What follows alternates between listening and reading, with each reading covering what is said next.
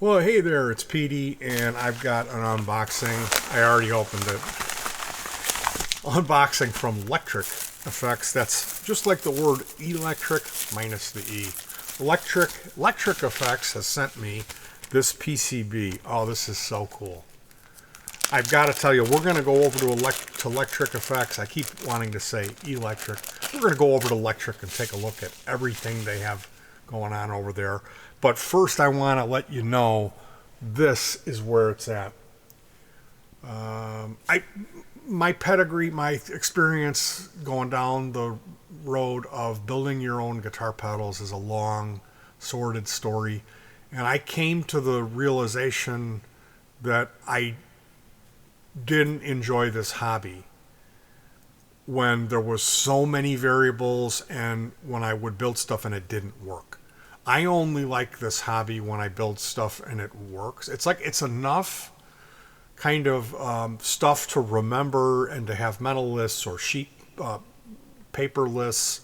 It's enough to worry about and have to put all together. And I work with an assistant who pulls all the bombs. It's kind of enough on my mind to push me to the point, brink of my own breaking point, to put stuff together and have it not work. And I've had that happen doing strip board and Vero layouts and also purchasing PCBs. I bought stuff from one vendor who's way out there. They do really complicated stuff, and that used a Millennium bypass, and it was one of the PCBs fired up like that. The other one I could never get it to work, and I kept ordering replacement parts and frying them and installing them, and it just never fired up. And I was in contact with the designer, and he kept telling me what to do, and I kept doing it. And same thing happened last year with some boards I bought from Osh Park, where the guy who designed them had designed them wrong. And he told me, look, I never claimed I was an electronics expert.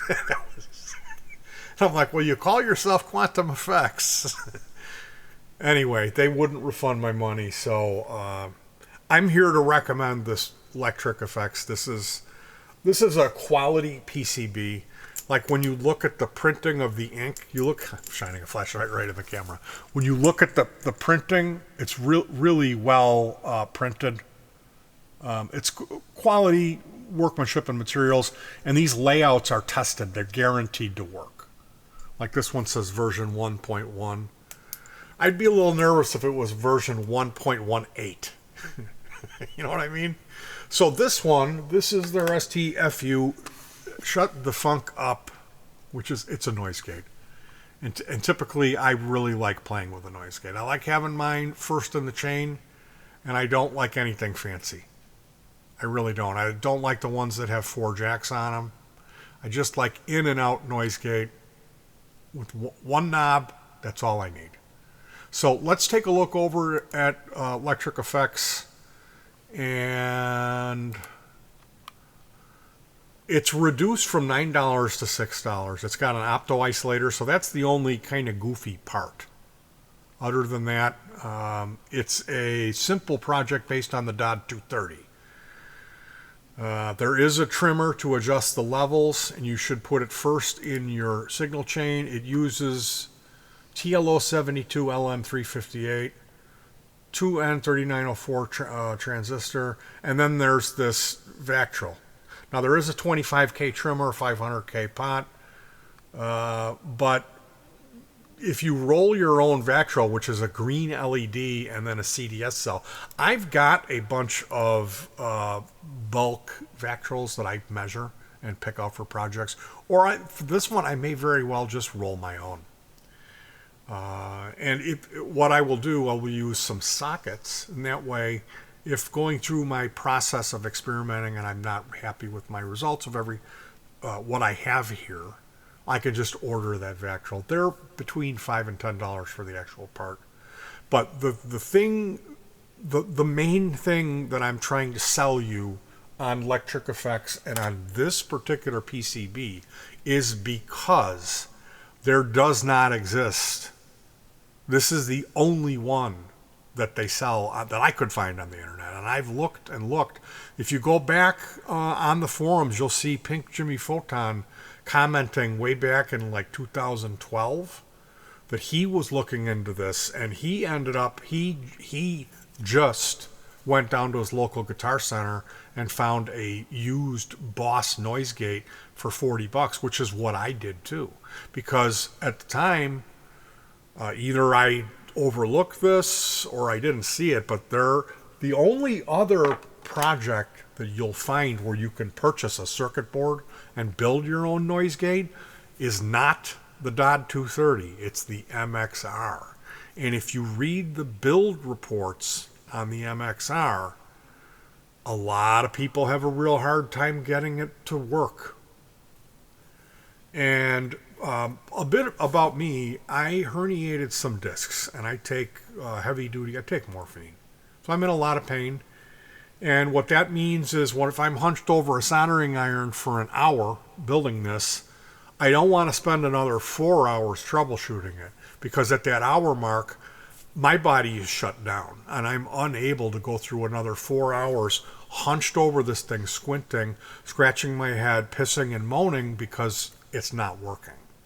Because that type of DIY is not fun to me.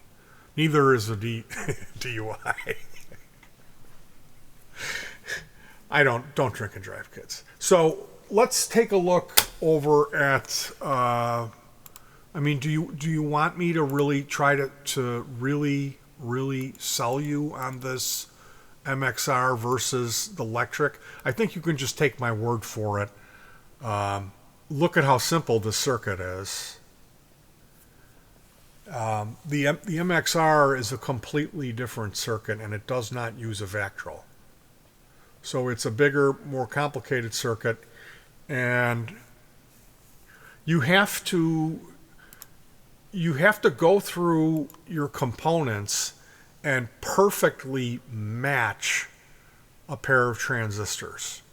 Most times when there's a project like that, the seller will provide you a link to buy pre-matched JFETs, let's say. They don't sell pre-matched this particular, I think it's 2N3904 is what's in this MXR. So that means that hopefully you have a way to test this transistor. And I do. I have 2 meters that test transistors. One of them, the sockets don't make contact with the transistor. The other one, it does, but after you have to fiddle with it for putting it in and putting it out about 10 times to get it to come up. And then once you get it seated and the number comes up, you have to wait about 2 minutes for the number to stop dropping. Because I guess when you put it in and you get a higher reading, and then eventually it'll settle on what it really is. So if you're really in a hurry and you just pop it in there, get the reading and pull it out, you go, I got these 2 matched, and then it won't work. And then you put it in and you wait, and real quickly you realize, like, okay, I got a bag of 50 of these transistors, and it takes 2 minutes for it to. So you're gonna settle in, and are you even gonna be able to find a match? Now, that was enough to scare me off the MXR noise gate. I don't want to have anything to do with it. I'm going to try this one because the build your own Vactrol, which is you take the LED and then you take the light sensor. It looks like a thumbtack with 2 wires coming out of it, the light sensor. You stick those together and you wrap tape around them. And then you slide a piece of heat shrink tubing over that and heat shrink that. That's how you make, and when the light blinks, the other one gives a different resistance. So that process I've done before, and while the rolling your own Vactrol, I've never had a big problem with that. I've typically Vactrols, I've got a bunch here. I've got from Electronic Goldmine. And I know that I know how to do that test, and it doesn't take 2 minutes. It's a very quick test. It takes about 15 seconds, probably get it down to 5 seconds if you're doing it. So that's the ultimate me wanting to pick this circuit over the other, and looking through DIY everything that's out there, because I've gone through this process a few times. My goal has been for years to build a noise gate. I do not like going and buying. I've got that the Boss NS2, I think it's called, and I just don't like. It's a 4 cable affair. I would much rather have one of my own pedals. So if you're looking for a noise gate, or if you're looking to get into building pedals, I highly recommend Lectric FX. Now, I'm going to end this video now because we're getting a little long, but I'm going to come back. We're going to do another video where we're going to go through Lectric's catalog and take a look at what they offer. So I'll be back when I build this. I will be back with this, and I will let you guys know. This is going in an amplifier. I'm building I use these 18650 lithium ion batteries. This is the battery that's in a Tesla.